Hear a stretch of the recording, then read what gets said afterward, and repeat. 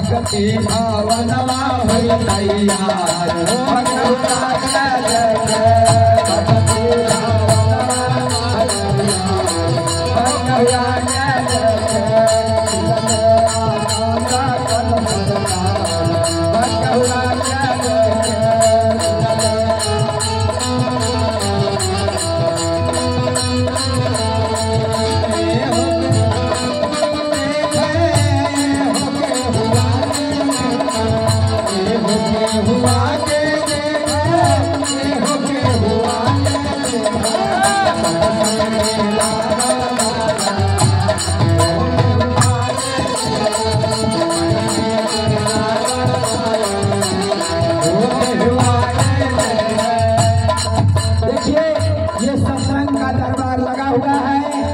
और इसमें क्या क्या चीज मिलता है इस भजन में मैं आपको बताऊंगा कैसे मिलता है। जब हम इस सत्संग में आएंगे तो प्रेम की वर्षा होगी। प्रेम कैसे पैदा किया जाता है इसके बारे में बताया जाता है। प्रेम का जो विचार जब जुड़ेगा इस शरीर से एक दूसरे से और उसका जब प्रभाव बढ़ेगा तो वह भवन जो तैयार होगा भक्ति का, भक्ति रूपी बिल्डिंग का जो भवन तैयार होगा वह बहुत ही मजबूत होगा। क्योंकि जब भक्ति जिसके घर में परिवार में होगा वह परिवार में ही राम राज्य की स्थापना होती है। क्योंकि देखिए कहा जाता है कि सभी घर पत्नी किसी का भक्तिमान होती है तो पति नहीं होते हैं और पति पत्नी में लड़ाई बढ़ जाता है। अगर पति पत्नी दोनों भक्ति करने वाले हो तो पुत्र नहीं होता है भक्ति करने वाले। अगर सभी अनुकूल मिल जाएं तो वह घर में राम राज्य आता है।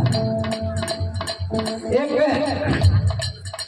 सेठ जी थे, उनके 4 पुत्र थे। चारों की शादी ब्याह कर दिए। घर में बड़ा आराम से लोग रहते थे। सभी अपने माता पिता की आज्ञा को मानते थे। एक दिन की बात है, कुछ सेठ जी के यहाँ सबसे छोटी बहू थी, वो खिचड़ी बनाई और खिचड़ी बना करके नमक दाल सब एक ही में डाल देते हैं, साग सब्जी जो होता है सब डाल करके वो कुछ काम करने लगी घर में। तो दूसरी बहू आई, गई कि देखी क्या आई, तो आँच लग रहा है, सब खोद रहा है, नमक डाली है कि नहीं। और दूसरा बहू भी आई तो नमक डाल दी, तीसरा बहू भी आई तो वो भी नमक डाल दी। चारों बहुएं बारी बारी से आई और नमक डाल करके अपना अपना काज करने चली गई। छोटी वाली बहू सबसे लास्ट में आई, फिर दोबारा तो देखी कि खिचड़ी पक गया, उसको उतार के रख दी, घर में रख दी। समय हुआ तो उस घर का नियम था कि सबसे पहले बड़े बुजुर्ग भोजन करते थे, प्रसाद पाते थे, ठाकुर जी को भोग लगाते थे। इसके बाद में प्रसाद पाते थे। सेठ जो ठहरे सभी दुकान में रहते थे, किसी को सोने चांदी की दुकान थी, किसी को किराना दुकान था, किसी को कपड़े का दुकान था। सब दुकान बंद करके शाम को आते, एक साथ बैठ करके और सबसे बड़े बुजुर्ग पहले खाना खाते थे। जब ससुर जी को दी बहुत दी खाना, तो खाना खाने लगे तो नमक बहुत ज्यादा था। सोचे कि चलो मैं अगर बताता हूँ बड़ा हूँ तो मेरे अंदर बड़प्पन कैसा कि मैं किसी का बुराई ही कर दूं, कह दूं कि नमक ज्यादा है, काहे ऐसा नमक डाल दी। गुस्सा नहीं किया उन्होंने, कहा कि चलो मैं इस गुस्से को पी जाता हूँ। खाना खा लिया, बड़ाई किया, बहुत अच्छा आज खिचड़ी बना है, कोई खाना खाए चले गए। बारी आई दूसरी भाई का, बड़े भाई का, उसने भी खाना खाया। कहा क्या जब पिताजी नहीं कुछ बोले तो मैं क्यों बोले जाऊं, मैं भी खाना, वो भी खाना खाया, खा के चला गया। इसी प्रकार से दूसरा भाई, तीसरा भाई, चौथा भाई खाना खा लिए सब, कोई कुछ नहीं बोला। कि जब बड़े लोग ही नहीं कुछ शिकायत किए कि नमक ज्यादा है तो हम भी क्या करें, छोड़ उसी को खा लेते हैं मन महसूस करके। अंतिम में जब वह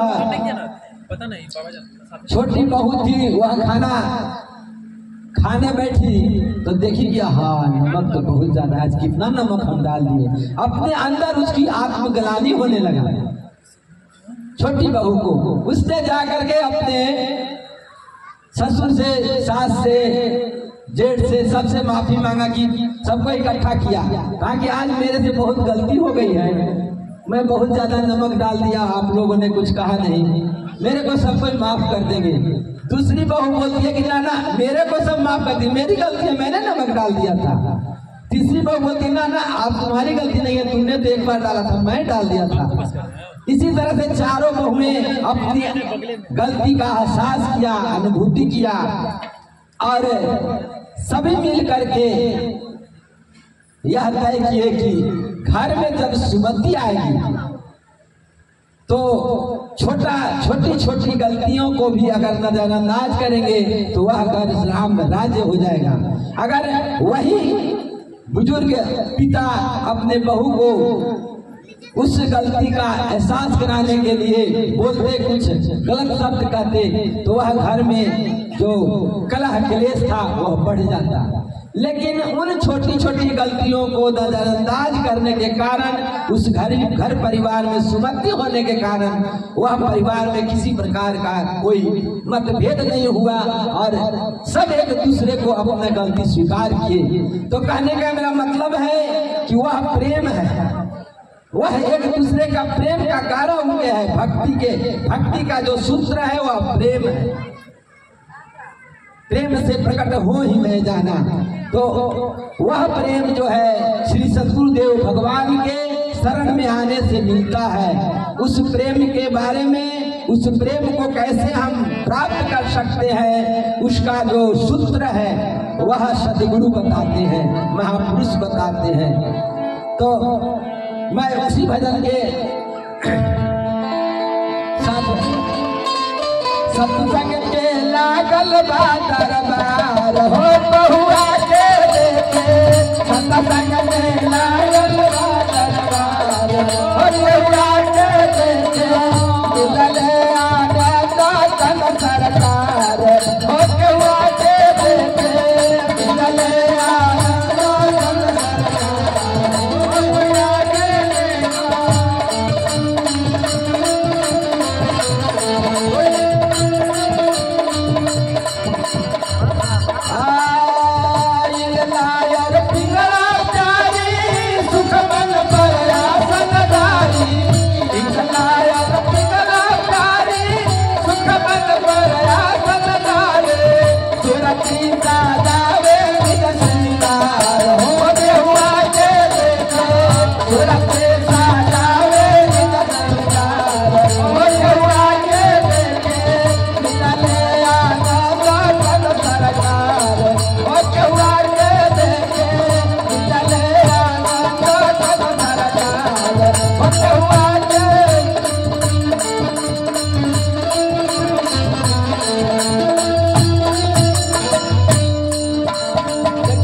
प्रेम जो